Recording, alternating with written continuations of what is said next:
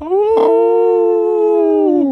I tried to simultaneously flex and be next to the mic and be in the shot, but I think I'll have to take a step back and look smaller rather than pumped and kind of slouch over so I can provide the audience with better audio quality. Ladies and gentlemen, Wolfpack podcast is here on, not on my left or right. I don't know why I looked on my left. In front of me, Milo Wolf, soon to be Dr. Milo Wolf, and there's no Third person here. there's no third person, nor the usual camera we have. Me, your least favorite host, Pack, aka Patrick Los Likes Crack. It's just the two of us in this room and the grind. Just the two of us. You can make it if you grind. Just the two of us. 8 figures or die. Great. And we are back in our usual setup in trap house settings, actually, here with the mattress behind me. And I think you have the supermarket bag. Because, as I said, 8 figures need to be made somehow. It is what it is. It's a free country, guys. Manifest it. Exactly.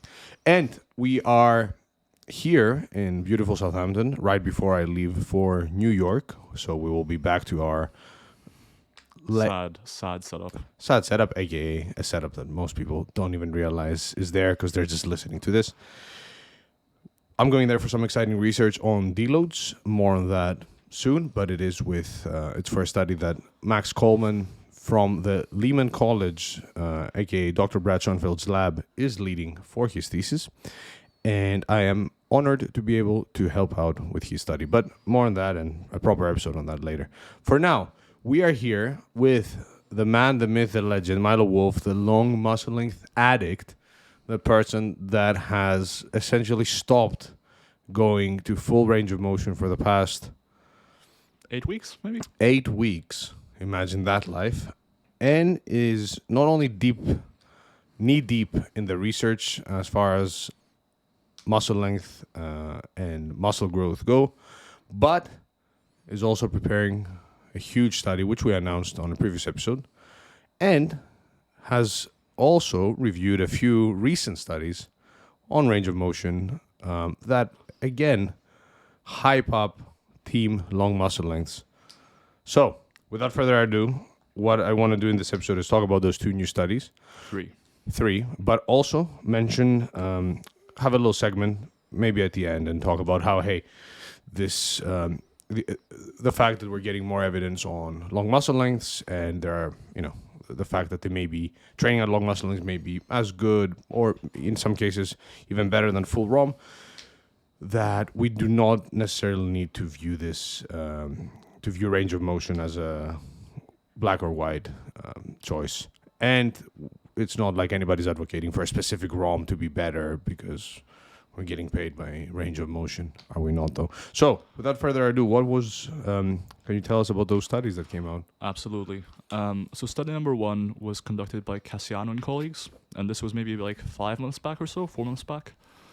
And this study in particular pissed me off a little bit because I thought I was doing the first study on the calves with regards to range of motion, and they just had to come out while I was collecting data and do the first study on calves and range of motion. So what they did is they split up people into 3 groups. One group did all of their calf raises on a leg press with a full range of motion, so that was 50 degrees of range of motion, which from my experience conducting my own study on the calves is a pretty long range of motion. It might not be maximal for most people, but it's pretty long. So that was group 1 for range of motion. Group 2 was doing a partial rep, doing half the rep, but at lower muscle lengths. So essentially from the most stretched position to halfway up. And then the final group number 3, was doing half reps as well, but from the halfway point to the very peak contraction. They measured hypertrophy at 2 sites, one lateral site, so more to the side essentially of your body, and one more medial site. And broadly speaking, the hypertrophy results favored the lengthened partials group. So for one of those 2 sites, the lengthened partials group saw more growth, significantly more growth, than both the full range of motion group and the shortened partial group. And for the other site, the lengthened partial group saw significantly more growth than only the shortened partial group. So at either site that was measured, the lengthened partial group grew significantly more than at least one of the groups, or in one of the sites grew about as much as the full range of motion group. So on the whole, I think this basically means that shortened partials, not a good idea for the calves. For range of motion, might be equivalent to lengthened partials for certain sites and certain applications, but lengthened partials might be best for hypertrophy of the calves. The way I view it in light of this study and many previous studies is that a full range of motion kind of waters down the stimulus in a way, where it might be the case that training at lower muscle lengths just provides you with a great stimulus, and by using a full range of motion, you're essentially watering down that stimulus by including shorter muscle lengths that don't give you as much of a stimulus. Also, question on that. So, and this is something I've been thinking about.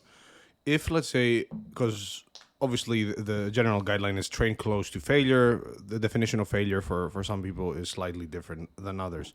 But if you're training to 0 to 3 reps in reserve and you've defined failure as the point where you can't perform another complete rep with a full range of motion, wouldn't a full range of motion setup in some cases potentially, and I don't know if we have any data on this, take away or stop you a bit earlier than a true 0 to 3 reps in reserve as far as long musclings go. So let's say on a lat pull down, obviously, like for the people that cannot see me, I'm imitating a lat pull down. So like you'd get the full stretch, bring the bar down if you're doing full range of motion, touch the top of your chest. And then let's say you reach 8 reps and now you can only bring the bar down right below your chin. That's where most people would say, okay, that set now is over. I've reached failure because I cannot complete a full rep. But if you can do another 3 to 4, maybe even more reps, just at like essentially the stretch position until the top of your forehead or even slightly lower than that, couldn't that be some stimulus that you are leaving on the table? Sure. I think so. I think each movement is ultimately going to have a failure point, basically the point where all else being equal, if you do a full range of motion, that's where you're going to fail the first rep that you fail.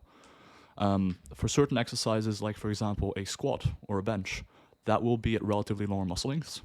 And so for those exercises, switching from full range of motion to lengthened partials may not make that much of a difference, right?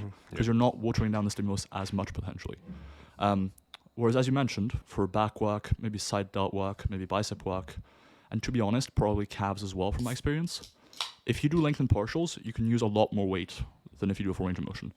And that's because the failure point is typically at relatively shorter muscle lengths. And so, as you mentioned, if you just keep going without being too concerned about full range of motion, you could do more reps in the lengthened position. Now, there are a couple of reasons why I don't recommend that necessarily nowadays. One is the research we have on going past failure or true failure is not very compelling as far as seeing better hypertrophy and is fairly consistent in showing more fatigue as a result of it. Yep. So the way I would seek out lower muscle length training wouldn't be by going past failure. It would be by just doing lengthened partials essentially. And so that's one argument against the quote unquote lengthened superset or reverse drop sets is that you're going past failure, which is more fatiguing. So why not just cut out the middleman and just do lengthened partials, right? That's one argument you could easily make.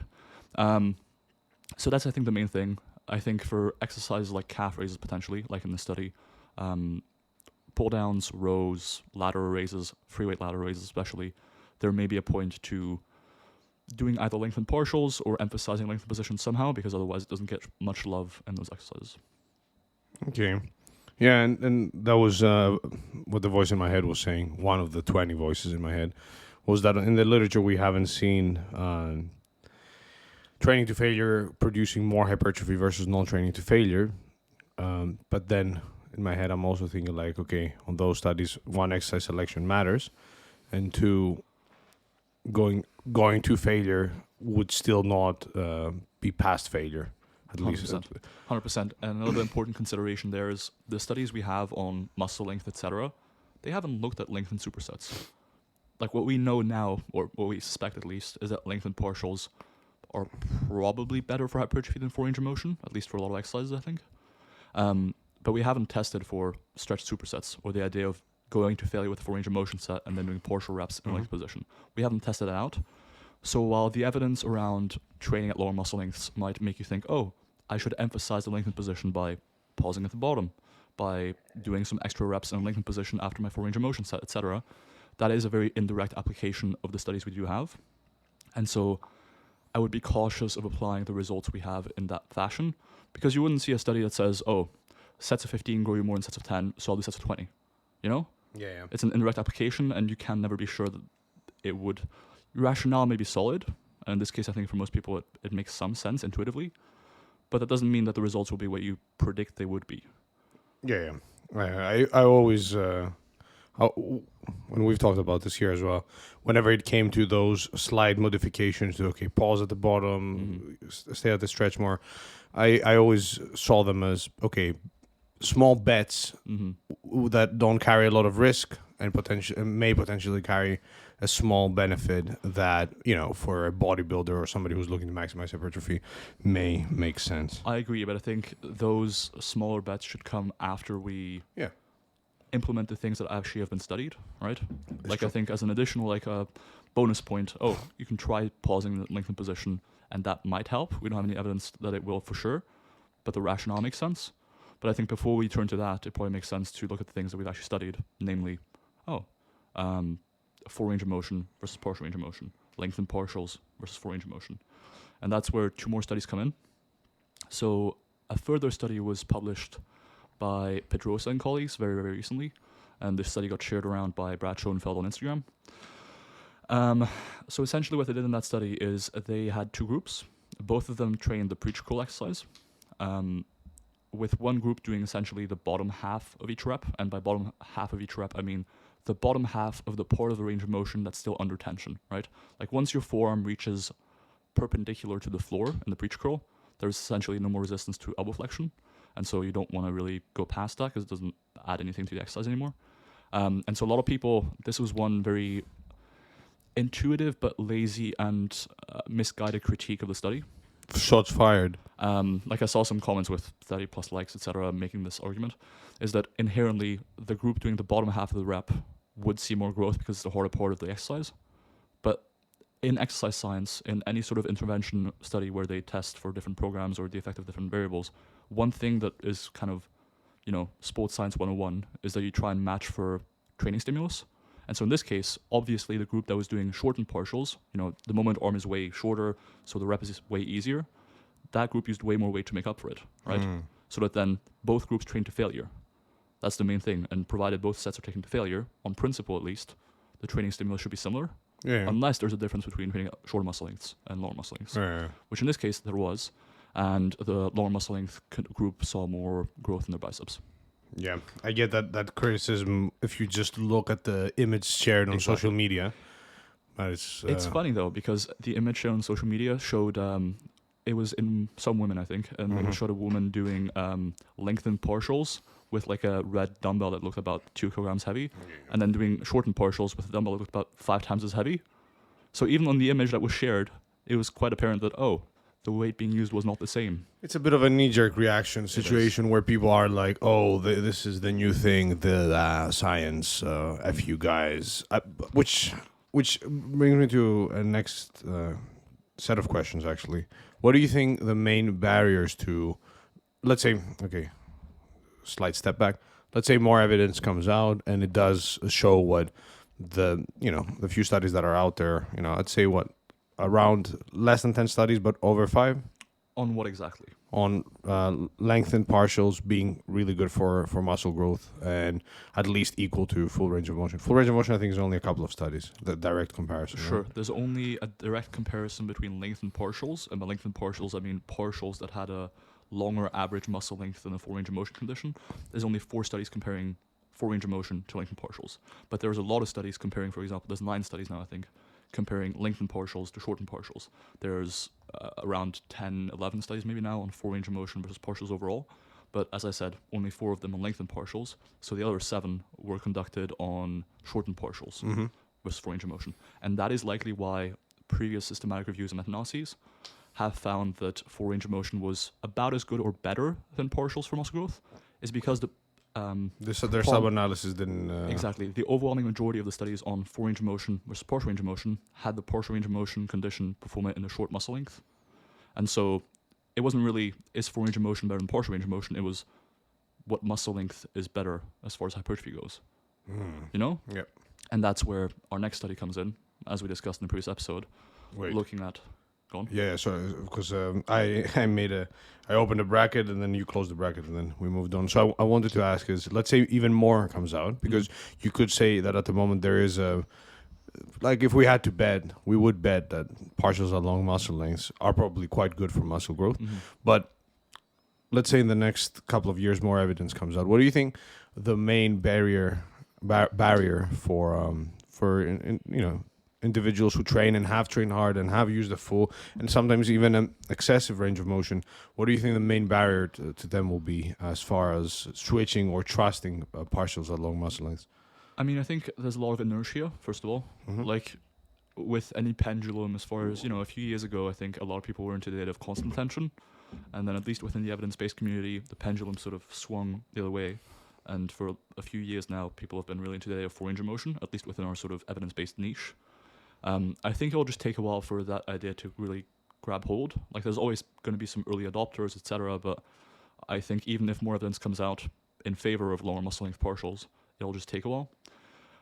More saliently, I think practically, a lot of people have preferences, right? Like some people just enjoy, and I think this is where it's difficult because sometimes people will tell you they have a preference for full range of motion, but really it's just that they're, I don't know, used to it, I guess, which isn't a bad thing, but it's worth acknowledging that, it's actually not a preference. You're just used to it at this point and you're not really wanting to change things up, which is fine.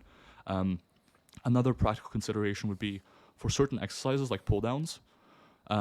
We recently did some strength testing on pull downs with lengthened partials, and we both used the full stack for 9 reps, I think. So realistically, that limits the rep ranges you can work in somewhat on the pull down. So oftentimes, especially for people training at home or what have you. Plus it needed straps. It was a pain to set up. Exactly. So in certain circumstances like training at home or being relatively strong and using machines, it may limit either your exercise selection, what rep range you can work in, or a variety of other things. For certain exercises, it can actually be a good tool to use to make more of the equipment you have. Yep.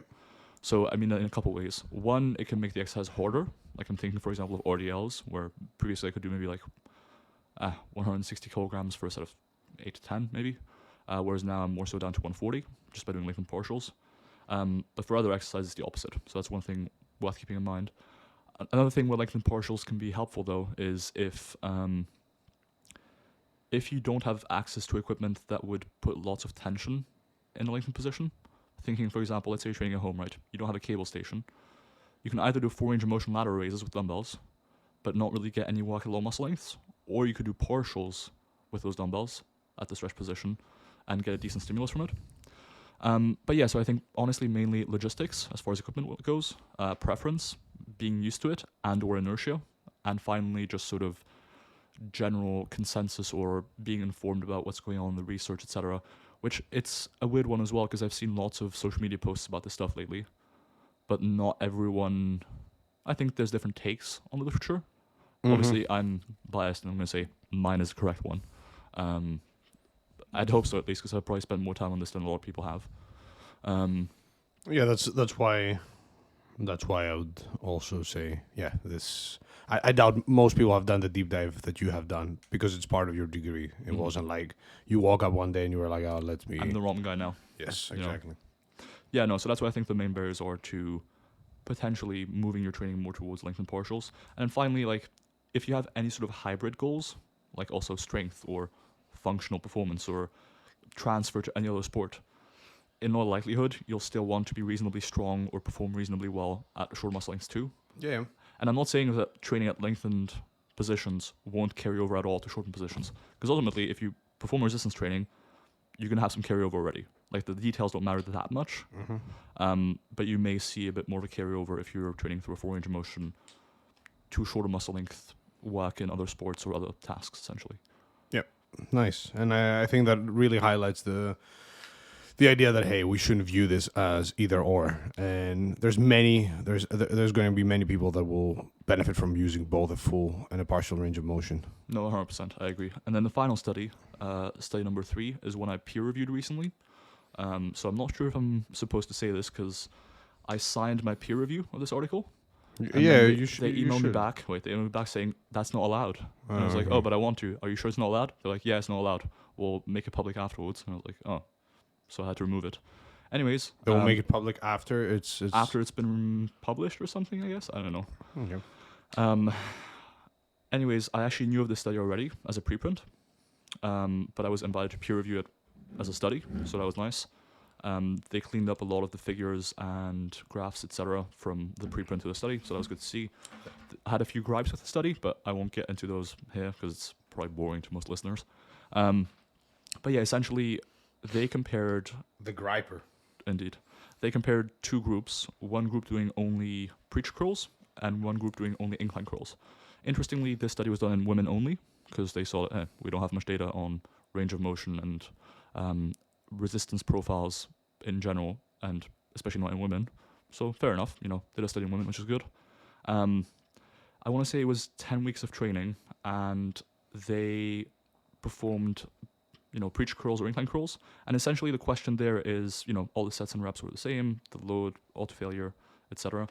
The question they were trying to get at here is, how does the resistance profile of an exercise impact hypertrophy adaptations?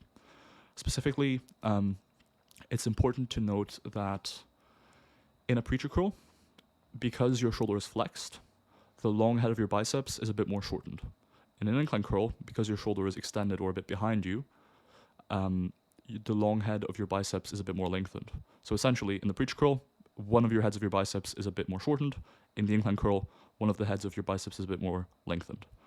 However, with regards to resistance profile, in the preacher curl, the exercise requires the most force production at lower muscle lengths, relatively speaking, whereas in an incline curl, at the very bottom, there's not a whole lot going on. You don't need to produce much force to lift the weight.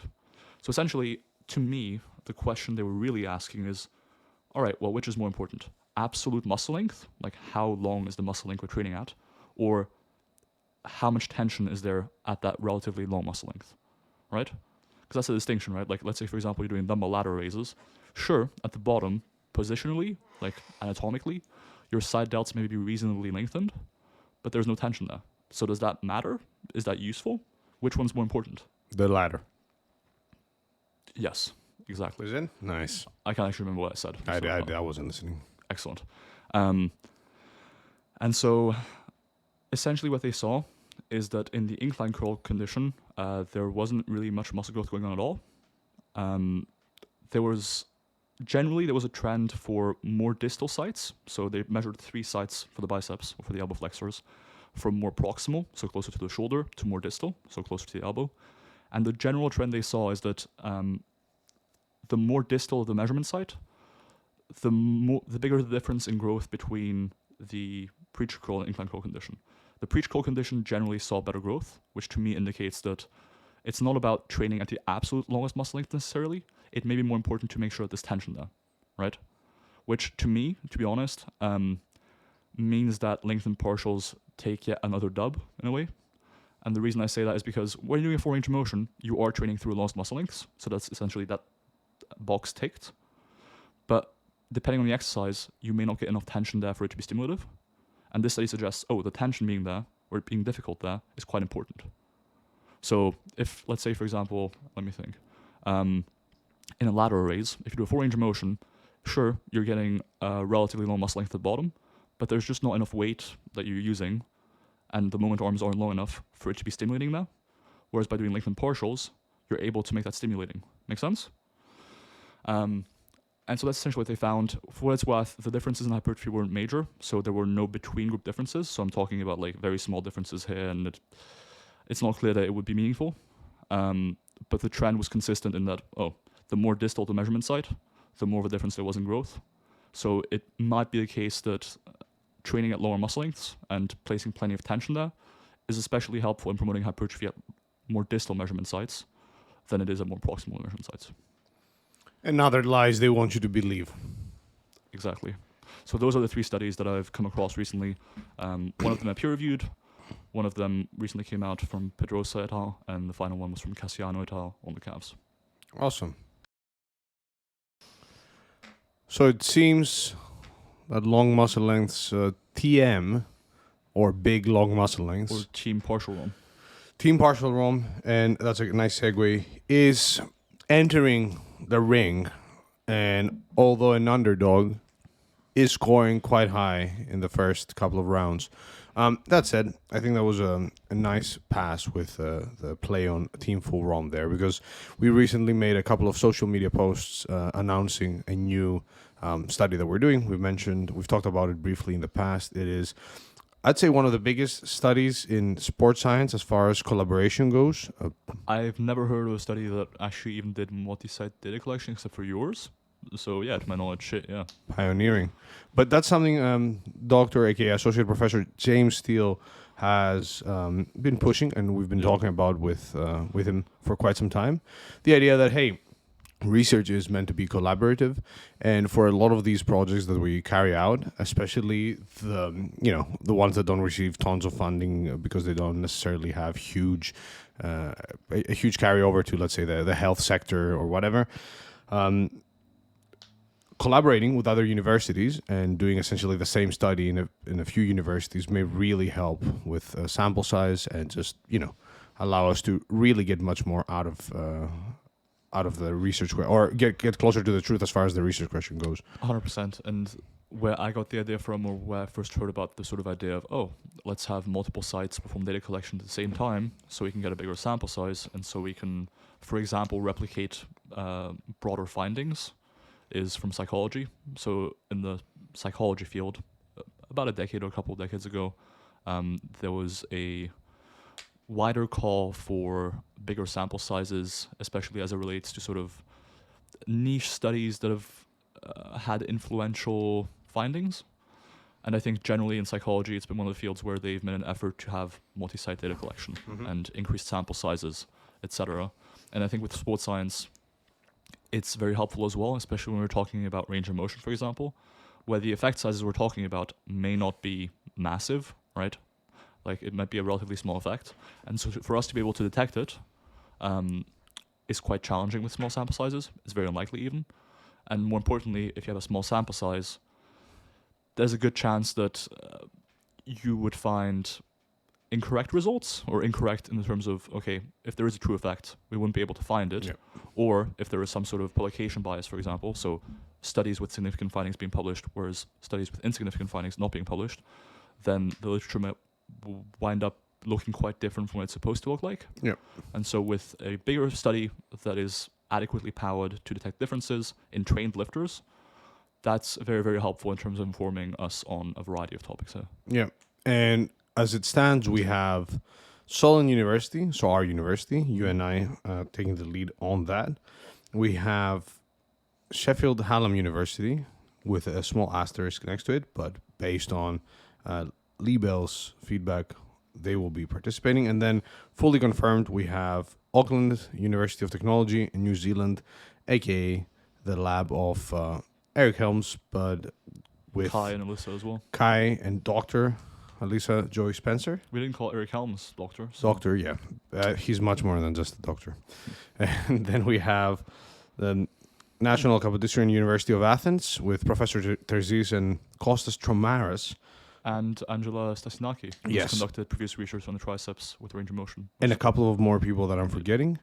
And last but not least, we have the University of South Florida, Dr. Samuel Buckner's lab with friend and client Wayne, aka the leanest guy ever, blah, blah, blah. So memory card was full for some reason. But yeah, Wayne, top guy, very lean, strongman, etc. So 5 universities as it stands, which should allow us, even if we get 10 to 12 people per site.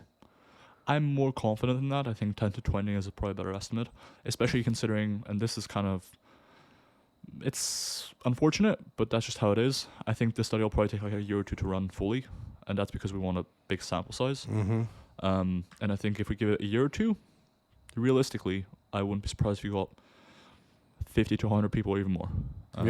Certainly, I think at this site here, over the next few months, we could probably get 5 to 10 people comfortably. So I think over a year or two, we should be able to find some people who are interested in taking part, especially because the study does involve getting a body composition assessment. It does involve a pretty effective training routine.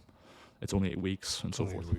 And it's the one thing that we're doing that is somewhat unorthodox is the participants will be given a program and very detailed instructions, including videos and text cues and so on and so forth, in regards to how they should perform exercises, as well as a sheet to track everything. But they won't be training supervised; they will be training unsupervised, and that's why we're recruiting only trained individuals. Otherwise, I wouldn't be opposed to recruiting individuals, either untrained or with just over a year of training experience. I mean, to be honest, I wouldn't have been opposed to it for that reason either. Like, as in, I don't know, injury risk from resistance training is so low that I don't think it would be a huge concern at all.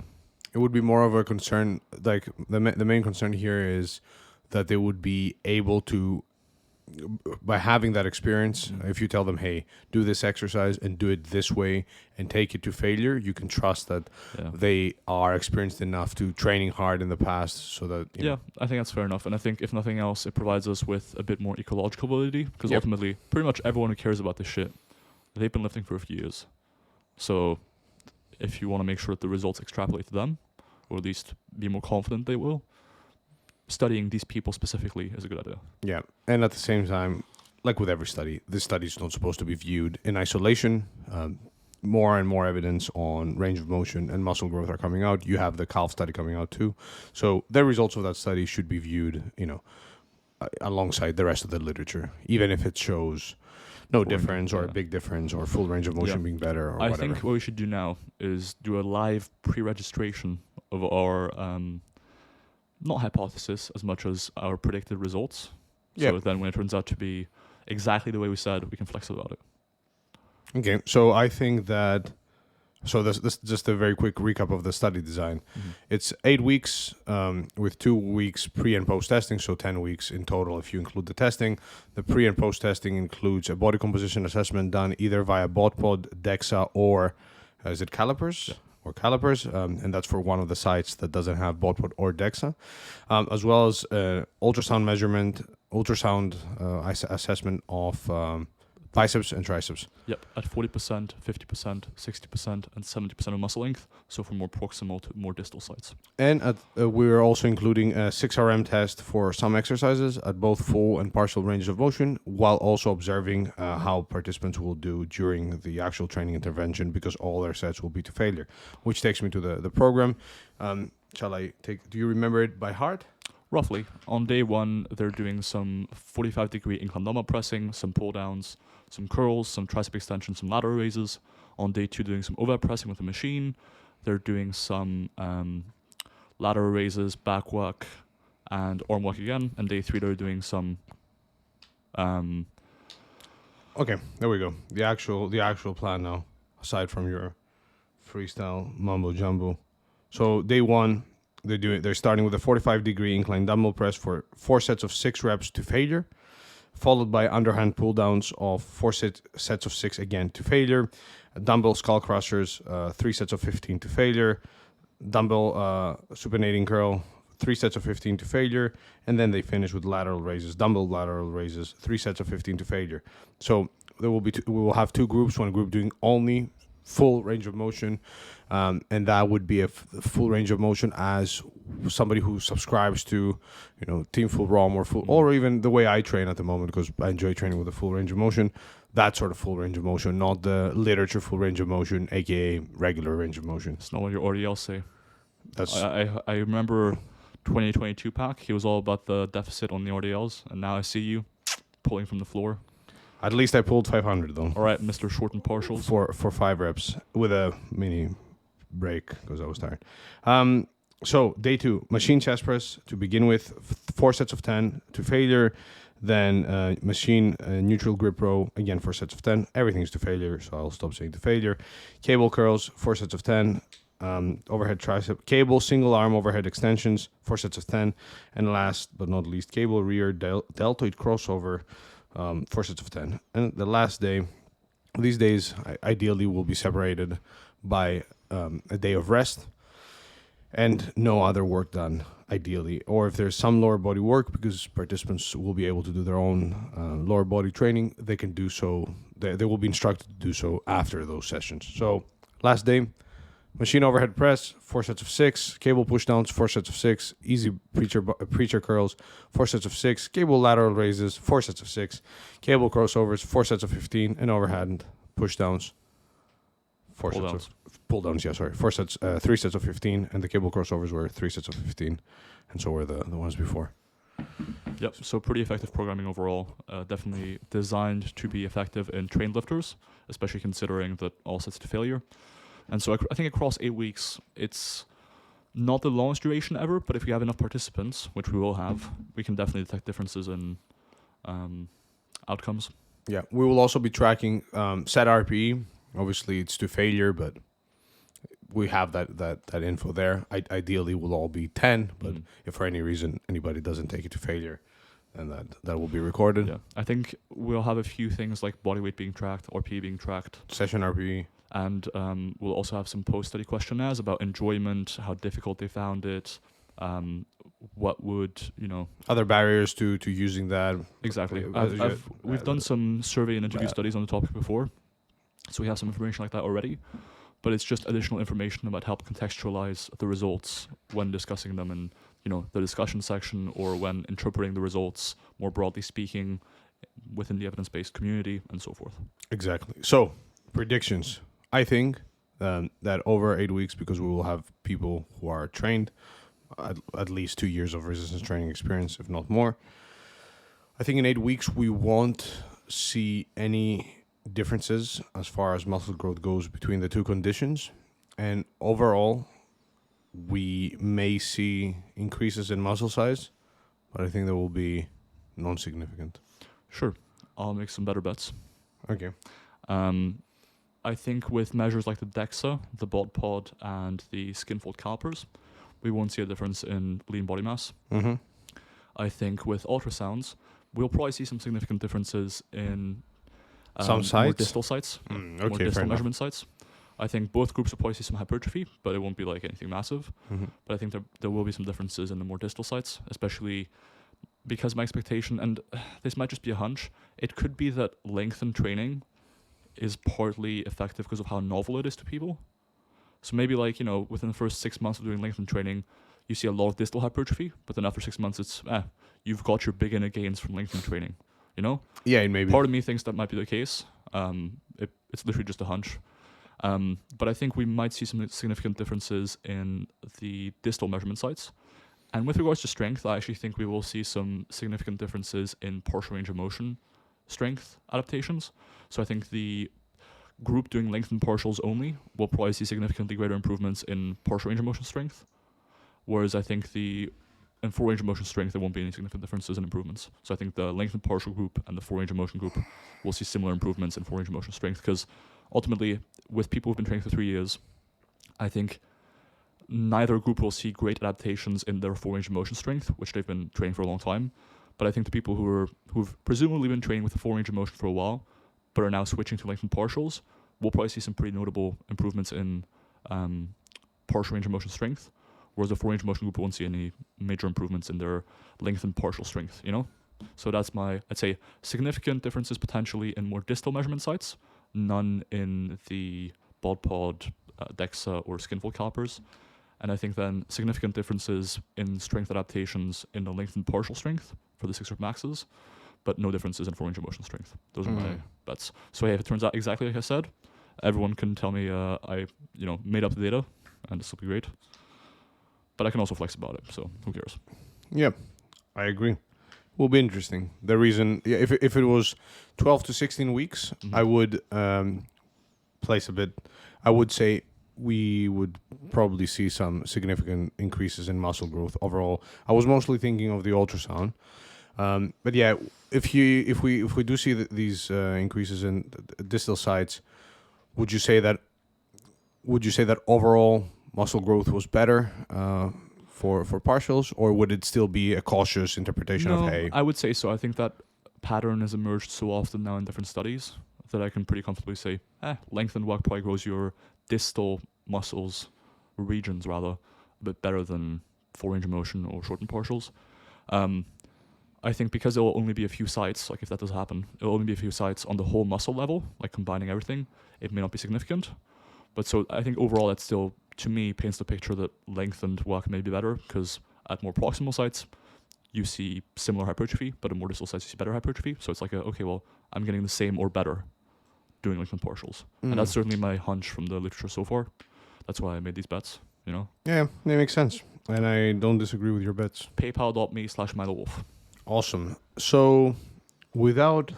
This turned into another range of motion episode. Yeah, it is you are literally in the last stages of your PhD. It is exciting stuff. Even I was like, I wasn't aware of all the literature behind the scenes, so it was cool to find out that, hey, partials, long muscle lengths may be the thing. I have already predicted that they will be the thing, and I did that last year. Yeah. Instagram post is there for all the haters who will doubt me. I have predicted that it will be the thing in the next 2 years. But yeah, you never know. Maybe our study shows full range of motion is way better, and all your literature and other mumbo jumbo. That feels very unlikely at this point. Yeah. It's funny because when I came into the PhD, I was like, I'll do the PhD, but it'll just turn out full range of motion is best anyways. So, whatever. I guess I'll do it anyways. But now, it turns out, it ain't that at all. Yeah, and that's an important point to make as well for Milo. Milo was the full range of motion guy, but the excessive full range of motion on things like dips and pull downs and rows and RDLs, 3-plate deficit on the RDLs, and just that aggressive lockout on the leg press or hack squat, where I was always like, is this really giving you much there, that last bit? Turns out it was probably making me worse. Making you worse. Nostradamus. Okay, without further ado, I think we can leave it here. The study will be on, we've said that before, but I'll say it again.